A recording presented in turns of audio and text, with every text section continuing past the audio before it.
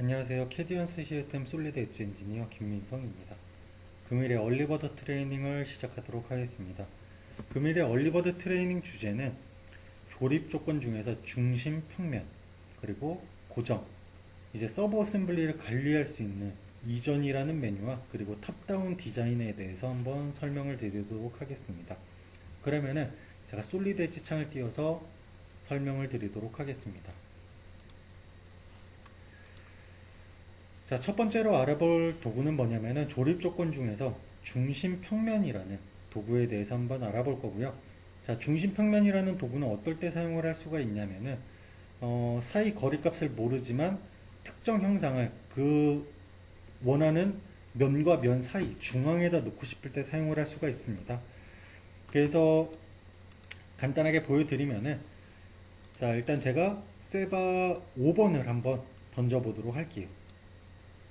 자, 세바 5번을 이렇게 던졌고요. 자, 보시면은 세바 5번이 이렇게 있는데, 자, 세바 5번에 예를 들어서 이면을, 자, 여기 있는 이면을 예를 들어서 여기 있는 이면과, 자, 그리고 반대쪽에 있는 이면 사이에 정확히 중간에다 놓고 싶습니다. 자, 그럴 때에는 물론 방법이 있죠. 뭐냐면은 메이트로, 자, 메이트로 이렇게 메이트를 준 뒤에 이 면에 대해서 거리값을 주게 되면은, 자, 거리값을 주게 되면은, 자, 마이너스 45라는 값을 주게 되면은, 뭐 이렇게 하다 보면은 중간에다 넣을 수가 있겠죠. 자, 그런데 얘 같은 경우에는 한 가지 조건이 필요합니다. 뭐냐면은 이 면과, 자, 이 면과 이 면 사이에 대한 거리값을 알아야겠죠. 자, 중심 평면을 이용하면 굉장히 쉽게 작업을 할 수가 있어요. 자, 거리값을 몰라도 되고요. 자, 여기서 중요한 거는 일단 여기 있는 이 옵션입니다. 단일인지 아니면은 이중인지 선택을 해주시면 되고요. 자, 먼저 단일부터 어떻게 사용하는지 한번 보여드리도록 할게요. 자, 단일을 선택을 해서, 자, 여기 있는 이면이, 자, 여기 있는 이면이 예를 들어서 이 면과, 자, 그리고 반대쪽에 있는 이면 사이 중앙에 들어가게끔 하겠다. 자, 선택을 해주면은 지금 세버 5번이 이동이 됐죠. 자, 그래서 뒤쪽에서 봤을 때, 자, 뒤쪽이 아니라 왼쪽 면이네요. 자, 왼쪽 면에서 봤을 때, 자, 보면은 얘가 중앙에 들어간 것 같긴 하죠. 자, 근데 정확하게 확인을 하기 위해서 어셈블리 상태에서 치수를 한번 재볼게요. 자, 어셈블리에서 치수를 재는 방법은 보면은 PMI 탭에 스마트 치수 도구가 마찬가지로 있습니다. 그래서 이 도구를 통해서, 자, 아까 선택했던 이면과 이면까지의 거리가 지금 45로 되어 있죠. 자, 45. 그리고 마찬가지로 이면에서부터 이면까지의 거리가 45. 자, 그래서 정확히 중앙에 들어갔죠. 자, 그래서 이런 식으로 이제 작업을 할 수가 있고요. 단일 같은 경우에는, 자, 방금 같은 경우에는 이면을 넣었지만 예를 들어서 얘 같은 경우에도 중간면이 존재를 하겠죠. 자, 그래서 그 중간면을 여기 중앙에다 놓고 싶다 할 때 사용할 수 있는 게 그 중심 평면에서 이중이라는 옵션으로 사용이 가능해요. 그래서 이중을 선택한 뒤에, 자, 이면과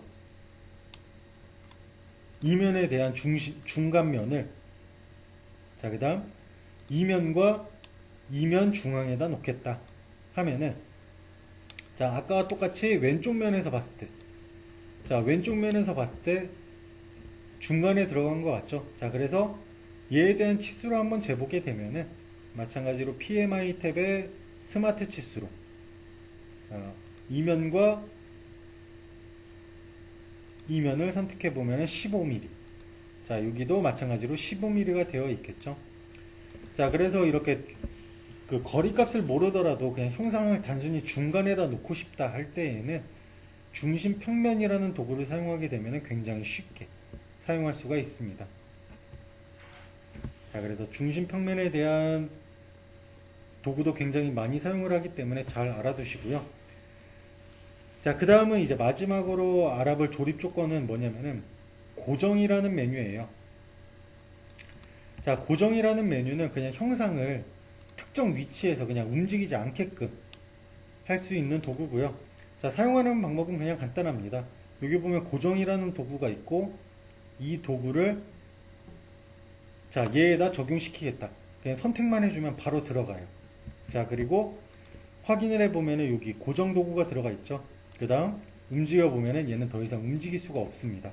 그리고 제가 어셈블리 그 초반에 말씀드렸던 것 중에 자, 고정이라는 메뉴는 여기 이렇게 표현이 되죠. 자, 그래서 고정이라는 메뉴를 여기서 손쉽게 확인이 가능합니다. 자, 그래서 이렇게 고정을 지우게 되면은 다시 움직일 수가 있겠죠. 자, 그래서 고정이라는 메뉴는 3D상에서 얘가 별다른 조립 조건 없이 움직이고 싶지 않게끔 할 때 사용을 할 수가 있습니다. 자, 그 다음은 어떤 메뉴를 알아볼 거냐면은 이제 서브 어셈블리에 대해서 한번 알아보도록 할 거거든요. 자, 보면은 서브 어셈블리 같은 경우에는 보통 어떻게 이루어지게 되냐면은 기존에 어셈블리를 만들어 놨다고 하면은 자, 이 어셈블리를 던져서 여기에 서브 어셈블리로 추가를 할 수가 있겠죠. 이런 식으로.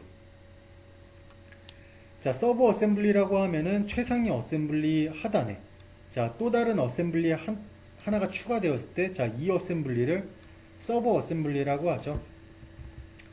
자, 그래서 기존에 만들었던 어셈블리를 던지는 방법이 있고요. 아니면은 이 최상위 어셈블리 내에서 지금 있는 파트들을 가지고 서브 어셈블리를 생성해낼 수가 있습니다.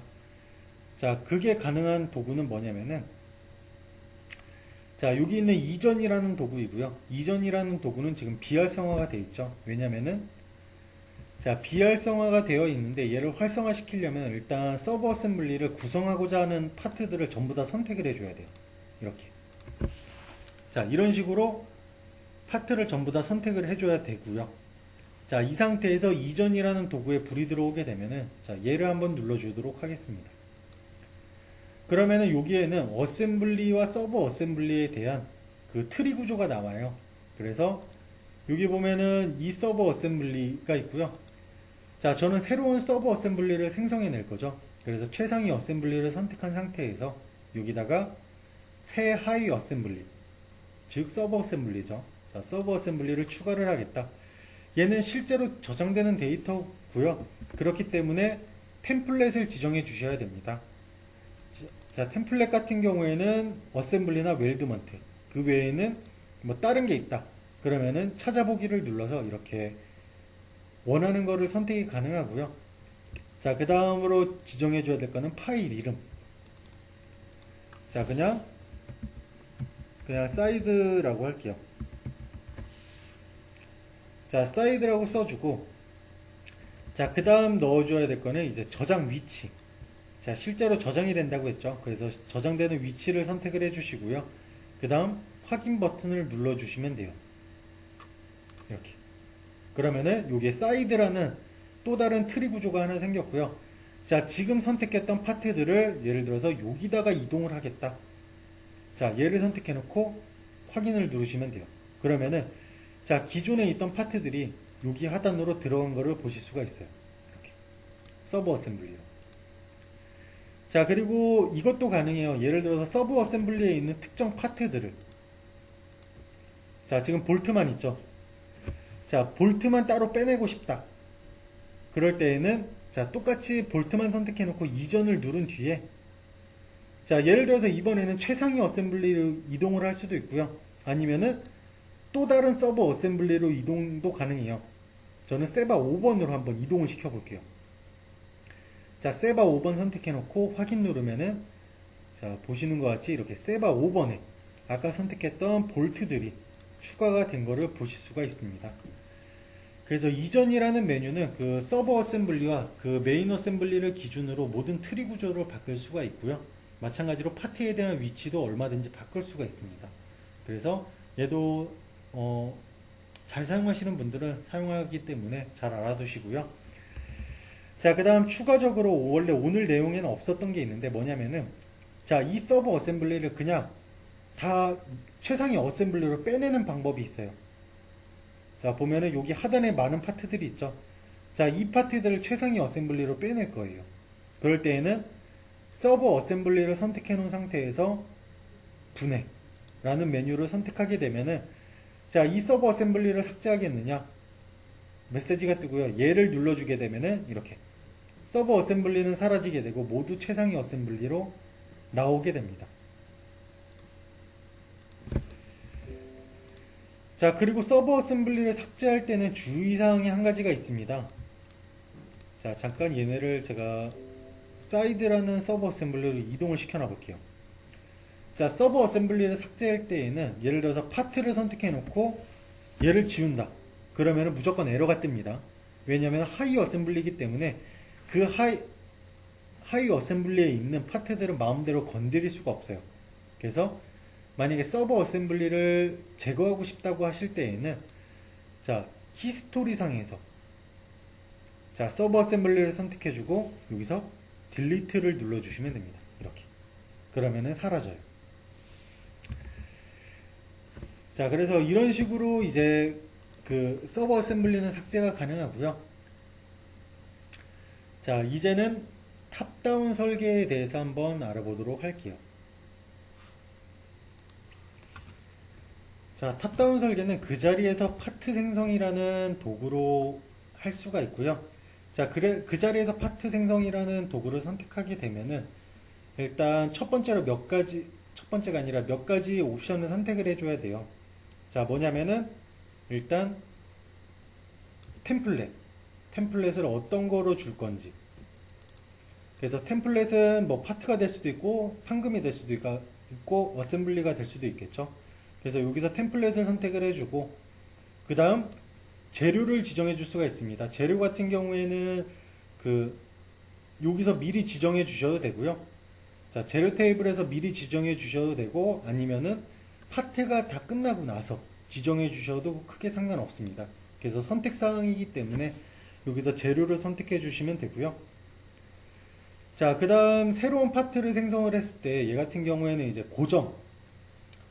자, 움직이지 않게끔 삽입을 하겠느냐 아니면은 얘가 그냥 움직이는 상태로 놔둘 거냐 선택을 해줄 수가 있어요.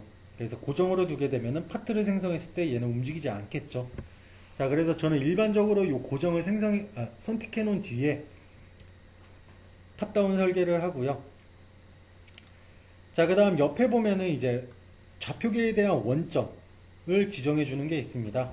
그래서 여기서는 이제 어셈블리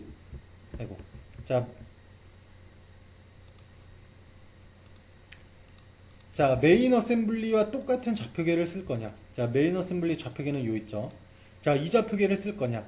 그리고 아니면은 어셈블리 원점에서 옵셋을 줄 거냐. 자, 이 좌표계에서 예를 들어서 뭐 X축으로 몇 미리, Z축 몇 미리, Y축 몇 미리. 이렇게 선택을 할 수 있는 옵션이고요. 자, 그리고 제가 제일 많이 쓰는 옵션, 그래픽 입력 기준입니다. 자, 그래픽 입력 기준 같은 경우에는 제가 원하는 위치를 선택을 해서 좌표계를 삼을 수가 있어요. 일단 기본적으로 모서리나 포인트들이 선택이 가능하고요. 자, 원을 선택을 하게 되면 원의 중심이 선택이 됩니다. 자, 그리고 이 좌표계를 선택해 주기 전에, 그러니까 클릭을 하기 전에 알파벳 N 버튼이나, 자, N 같은 경우에는 이렇게 좌표계의 방향이 바뀌죠. 자, N 버튼, 그 다음 B, 그 다음 T, 자, 그리고 F 등을 통해서 좌표계의 방향을 얼마든지 원하는 대로 바꿔주실 수가 있어요. 자, 그래서 이렇게 원하는 방향으로 클릭을 해주게 되면 좌표계가 삽입이 되고요. 마지막에 바로 편집 상태로 할 건지 아니면은 히스토리상에 파트만 추가해 놓고 나중에 편집을 할 건지 선택을 할 수가 있어요. 자, 그래서 저 같은 경우에는 이걸 한번 선택해 놓고 한번 보여드리도록 할게요. 자, 그 자리에서 파트 편집이 활성화된 상태에서 오른쪽 버튼을 누르게 되면은, 자, 얘는 실제로 저장되는 데이터입니다. 그래서 실제로 저장을 해주시고요. 자, 보게 되면은 저장을 해주고 나면은 이제 바로 파트 환경으로 넘어오게 됩니다. 어셈블리 상태에서 파트 환경으로 넘어온 거고요. 자, 일단 다시 어셈블리로 돌아와서 얘를 지운 상태에서, 자, 그 자리에서 파트 생성을 다시 한번 선택해 볼게요. 자, 이번에는 옵션을 살짝 바꿀 거거든요. 자, 아까와 다 똑같은데 얘만. 자, 얘만 선택을 해제해 볼게요. 그 상태에서 마우스 오른쪽 버튼을 누르게 되면은 마찬가지로 똑같이 저장을 하게 됩니다. 자, 근데 중요한 거는 바로 편집 상태로 넘어가는 게 아니라, 자, 아직 어셈블리 상태가 유지가 되죠. 여기서 그냥 파트 목록상에 추가가 됩니다. 그래서 이 목록에서 얘를 선택해 놓고 얘를 편집을 하겠다, 이렇게 해줄 수가 있어요. 자, 그래서 둘에 대한 그 차이점이 있었고요. 자, 그 다음은 이제 여기서 직접 돌출을 해야겠죠. 그래서 자, 돌출을 선택해 주고, 자, 저는 지금 여기다가 뚜껑을 만들어 줄 거거든요. 어셈블리에 있는 세바 1번을 기준으로 여기에 맞는 뚜껑을 생성을 해줄 겁니다. 자, 이게 탑다운 설계죠. 그래서 자, 여기 면에다가 이제 면을 지정해 줄 건데, 자, 면 같은 경우에는 기본적으로 어셈블리에서 그 어셈블리 하위 파트에서 존재하는 면은 선택을 할 수가 없습니다. 근데 선택을 하는 방법이 있어요. 어떻게 선택을 하냐면은 이제 키보드에서 Shift 키를 눌러주게 되면은 이렇게 원하는 면을 선택을 해서 모델링을 할 수가 있고요. 아니면은 아까 생성해 놨던 좌표계 있죠. 자, 그 좌표계의 면을 선택을 해서 이렇게 모델링을 진행을 할 수가 있습니다. 자, 그 다음 탑다운 설계를 할 때에는 유용하게 쓰일 만한 도구가 우리 스케치 환경에서 배웠던 스케치 투영이라는 메뉴. 자, 이거를 선택을 하게 되면은, 자, 어셈블리에서 마찬가지로 중요한 옵션이 있어요. 파트 환경에서는 이게 가장 중요하다고 했잖아요. 자, 어셈블리 환경에서는 이 두 개가 가장 중요합니다.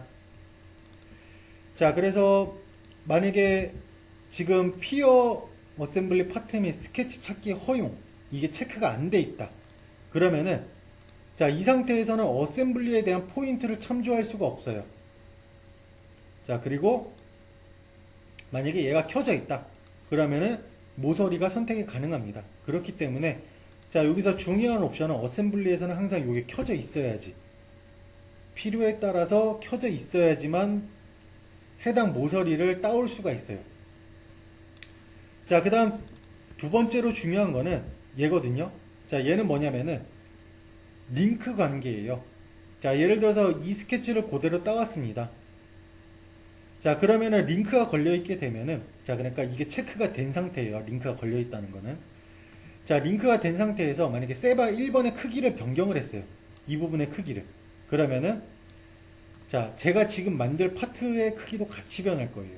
하지만 얘가 해제가 돼 있는 상태라고 하면은 크기가 변해도 얘는 파트가 변하지 않을 거예요. 자, 지금 무슨 말인지 조금 헷갈리죠? 자, 지금 바로 보여드릴게요.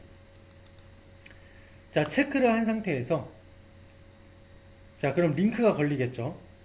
자, 확인을 누르고, 자, 이 모서리를 선택하고 마우스 오른쪽 버튼을 눌러볼게요. 그러면은, 자, 보시는 것 같이 이렇게 갈고리 모양이 나타나요. 갈고리 모양. 자, 그러면 이게 링크가 걸린 상태고요. 예를 들어서 어셈블리에서 그 연관성 유지를 해제한다. 그러면은, 자, 이 상태에서는 선택을 하게 되면은, 자, 선택을 해냈고 마우스 오른쪽 버튼을 눌렀다. 그러면은 갈고리 모양이 없어요. 보시는 것 같이. 자, 그러면은 얘는 다른 쪽 파트가 변해도 얘는 크기가 변하지가 않습니다. 자, 그래서 이 상태에서, 자, 제가 돌출을 할 거고요. 자, 돌출을 하기 전에, 자, 한 가지 팁을 더 드릴게요. 뭐냐면은, 지금 여기다가 원을 그릴 거거든요. 자, 잠깐 좌표계를 숨기도록 하고요. 자, 좌표계를 숨기도록 하고, 자, 여기다가 원을 그릴 건데, 자, 보면은 기본적으로 어셈블리에 있는 포인트들이 참조가 안 돼요. 중심점이라든가 아니면은 끝점, 이런 것들이 전부 다 선택이 안 됩니다. 자, 이런 것들을 키는 방법은 도구 탭에 보면은 피어라는 메뉴가 있어요. 자, 그래서 이 메뉴를 통해서 일시적으로 포인트를 참조하게끔 할 수가 있고요. 이거를 끄게 되면 다시 포인트 참조가 사라지게 됩니다. 자, 이 기능이 존재하는 이유는 대형 어셈블리 같은 경우에는 포인트를 계속 피어를 켜놓고 사용하게 되면 굉장히 메모리를 많이 잡아먹습니다. 그래서 속도가 느려지게 되고요.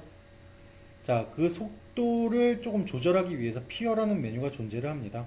그래서 필요시에만 이렇게 포인트를 참조해 놓고 필요가 없을 때에는 피어라는 메뉴를 끄게끔 할 수가 있고요. 자, 저는 여기 퀵 액세스 툴바에다가 마찬가지로 등록을 시켜놨어요. 자, 등록하는 방법을 다시 한번 가르쳐 드리면은 오른쪽 버튼을 눌러서 빠른 실행 도구 모음에 추가라는 메뉴였죠. 자, 이거를 선택하시면 됩니다. 자, 그래서 이렇게 해서 이제 그 모든 작업이 끝났고요. 자, 스케치 닫기를 눌러서 모델을 완성을 시켜 볼게요. 자, 돌출은 10mm 정도만 한번 해보도록 할게요. 이렇게. 좀 두꺼운 것 같죠? 자, 아래보다 좀 두꺼운 것 같으니까 8mm 정도. 자, 그 다음 클릭을 해서 이렇게 모델링을 완성을 시켜놨고 여기다 라운드도 살짝 줘볼게요. 자, 라운드도 한 이 정도만. 자, 그러면은 보시는 것 같이 이렇게 뚜껑이 만들어졌어요. 자, 뚜껑을 다 만들었으면 닫고 돌아가기를 눌러서 어셈블리 상태로 돌아오게끔 되어 있고요. 자, 이제 확인시켜 드릴 거는 아까 우리가 링크 관계를 준다고 했죠.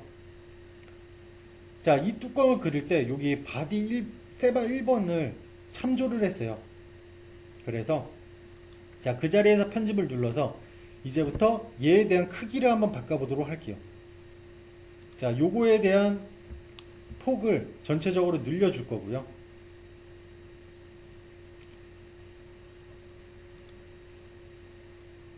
자, 이렇게 한 10mm 정도 늘려줄 거고, 자, 요쪽도 마찬가지로 10mm 정도 늘려줘 볼게요.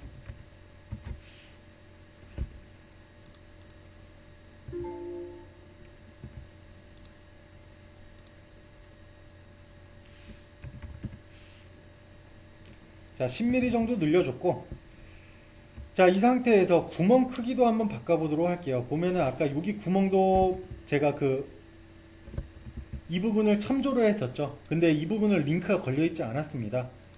자, 그래서 크기를 늘리기보다는 한번 이동시켜 볼게요. 얘도. 자, 이렇게 원하는 위치로, 자, 제가 원하는 위치로 이렇게 이동을 시켜 볼게요. 자, 이동을 시켰습니다. 자, 그러면은 이제부터 이렇게 수정이 끝난 뒤에 닫고 돌아가기를 한번 눌러 볼게요. 자, 그 다음에 형상이 어떻게 변하는지 확인을 해보게 되면은, 자, 링크가 걸려있던 부분 있죠. 자, 그거는 크기가 같이 변했습니다. 하지만 자, 여기에 보면은 구멍, 링크 안 걸려있던 부분은 보시는 것 같이 이동이 되지가 않아요.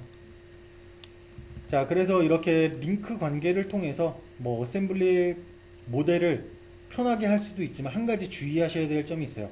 만약에 다른 분들과 공유하는 데이터이다. 그러면은 웬만하면은 링크 관계는 사용하지 마세요.